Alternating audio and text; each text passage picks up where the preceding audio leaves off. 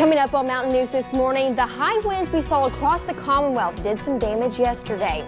And on the night before Thanksgiving, many people were on the roads in Kentucky. AAA expected more than 50 million people to drive for their Thanksgiving plans. Plus, whether you enjoy it baked, smoked, or fried, there are dangers involved in the preparation of one popular Thanksgiving staple. Dedicated to Eastern and Southern Kentucky, this is WYMT Mountain News This Morning.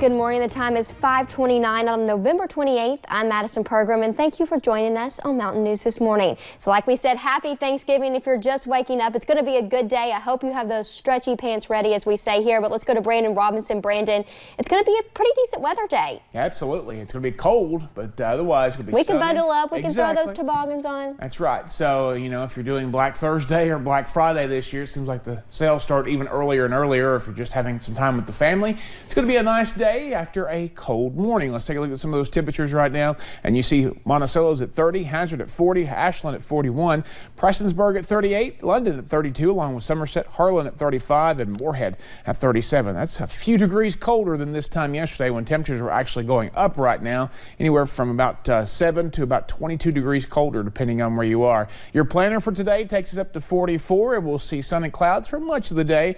But again, maybe just a few more clouds as we head deeper into the evening hours. I'll track out the rest of your Thanksgiving here in just a little bit. Madison? Thank you, Brandon. Well, the high winds we saw across the Commonwealth did some damage yesterday, specifically to power lines. Winds knocked trees into lines, knocking out power for many. High winds caused power problems from Perry to Boyd counties. The outages spanned several counties. At one point, nearly 5,000 people were without power. Down lines were also a safety issue, with officials warning people to stay away from them, even if they appear to be safe. Stay away from all down lines. Make sure, you know, if you're driving and you see wires down, do not move any wires, and stay away from them until we get there to remove them, to make it safe. While most areas have had their power restored, some are still waiting. For a full up-to-date map of all the areas without power, you can head on over to our website at WYMT.com. And we'll have a more in-depth look at the damage at 6:30 right here on Mountain News This Morning. And those high winds did not just hit eastern Kentucky. Over in Louisville, strong gusts heavily damaged a radio station's tower. WAKY's transmitter split in half yesterday. Owner said it could not have come at a worse time, right before Thanksgiving during the busy travel season. They have a lot of listeners and advising clients that they can't serve. WAKY says they are more than likely going to need a new tower. And on the night before Thanksgiving, many people were on the roads. This year, AAA expected more than 50 million people to drive for their Thanksgiving plans. WYMT's Emily Bennett spent her day along Interstate 75 talking to people in the rush to visit their family. Millions of people are gassing up and hitting the road to see family. Flint, Michigan. Knoxville, Tennessee. Atlanta. Many traveling several hours. 10-hour car ride, so it's not exciting, a lot of traffic. Traffic, the never-ending story of a car ride. And the traffic on I-40 was terrible. I mean, there's cops it says the I-40 challenge, there's cops every 20 miles. Many trying to avoid interstates. Thankfully, we actually get off of 75 at this point and get to travel back roads. Trying the quickest path to their destination. I don't like it. I want to be able to zoom on down there. Some taking their pets along for the ride. Fun until she starts walking back and forth all over us, starts panting, bad breath. She wants to get out of the car. She's getting tired of it. And others trying anything to pass the time. I'm also helping them make some Christmas ornaments, so we're going to work on that in the car and sing. We like to sing. But family, making it all worth it. It's all our families from Ohio, so we get to see all our relatives, and then we basically just, you know, that family feeling with all the food. And yeah, the food's nice. Good times, good memories. Treasuring the time with loved ones. Emily told us that everyone she talked with says they could not wait to see their families, but food was also on their minds, many wanting that turkey and grandma's mac and cheese. I know I definitely am ready for this evening. Well, as many of you hit the roads, we will keep a close eye on gas prices. Here's what you can expect here in eastern Kentucky. Kentucky's average of $2.37 is about 22 cents cheaper than the national average. You will notice around Interstate 75, gas is cheaper, and you will still find the lowest price in Bell County, where gas is about $2.17 a gallon. And whether you are shopping for your Thanksgiving feast or buying Christmas presents, it is important to make sure you protect your bank account from fraud.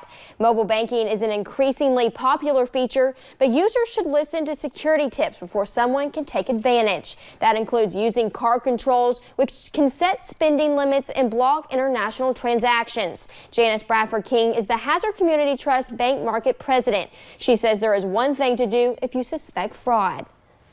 If it is fraud, then we'd have the customer to fill out some paperwork with us. And the sooner that you get to the bank, the sooner that can be resolved. If you are an online shopper, she also says to check and make sure the site you shop on is safe and secure. And today we are set to feast on turkey, celebrating Thanksgiving, or as some like to say, Turkey Day. Whether you enjoy it baked, smoked, or fried, there are dangers involved in the preparation. Frying a turkey could and has resulted in ruined Thanksgiving meals, as well as calls to 911. The Hazard Fire Department showed us what can happen if you do not follow the right steps. It can happen by just neglect, not paying attention to the oil heating up. And not thawing your turkey out properly, not drying it properly, using improper oil, putting it too close to a structure. You should also always make sure your turkey is fully cooked to an internal temperature of 165 degrees Fahrenheit. And she thought her grandchildren were in a burning home and rushed back in to try to save them. As it turns out, the children were safe, but the Pulaski County woman's act of courage ended up costing her her life. WYMT's Phil Pendleton has more on the loss a family is feeling this Thanksgiving.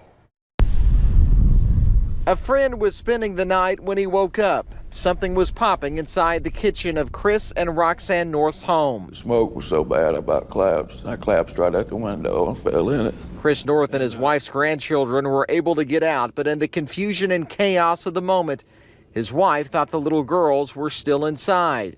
They weren't. In the meantime, while I was getting the kids, my wife was hysterical and she ran back in the house and just trying to go from room to room finding the kids. Later, he ran in and found her in the kitchen. She was rushed to a Louisville hospital.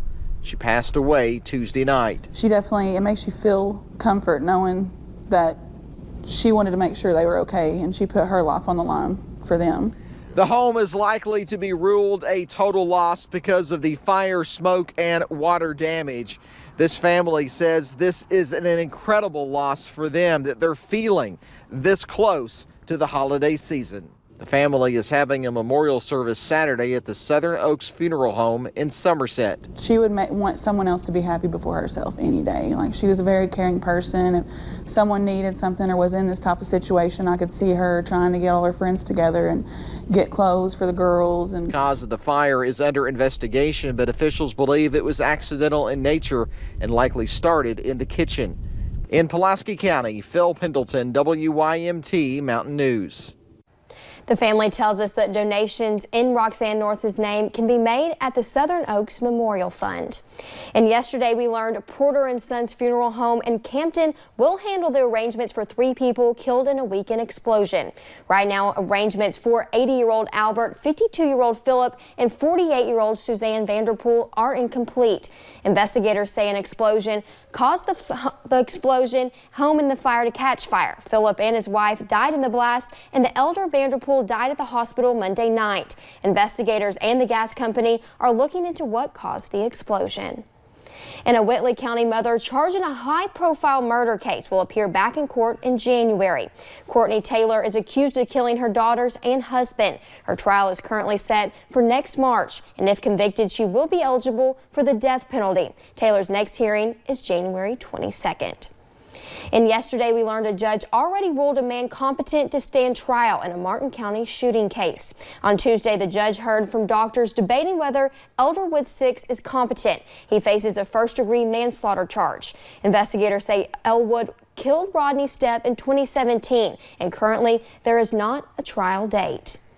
And we now know when an Eastern Kentucky woman charged with kidnapping will appear in court. Deputies say they found a missing teen at a home of Darlene Elliott. They believe she picked him up and then took him to her home. Deputies charged her with kidnapping, and Elliott is scheduled for arraignment on Monday.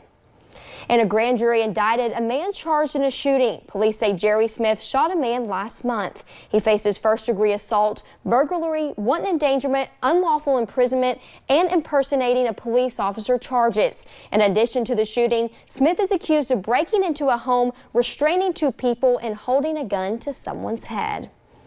And yesterday we learned of a superseding indictment against a man accused of murder in Knox County. A grand jury indicted Philip Lee Lewis on a murder and robbery charge back in the spring. The new indictment adds a persistent felony offender charge, and police believe Lewis is the man who killed Gary Medlin during an attempted robbery at a convenience store. Following his arrest, Lewis told us from jail someone framed him. And in Laurel County, 2 people are accused of stealing a unique lamp. Deputies say they found Stephen Graves and Tony Day Wednesday morning with a custom-built University of Kentucky Billard lamp. It's valued at $750, and deputies say it was stolen from a home on Tuesday. Graves and Day are both charged with receiving stolen property. And the holidays are approaching, and with them, the Rumpa-Pum-Pum, the Little Drummer Boy Challenge. We'll have the details on what that challenge is just ahead. I was wondering how you were going to say that. If you have plans to hit the stores later this evening or early tomorrow morning, be ready to bundle up. I'll have the full forecast in about 3 minutes.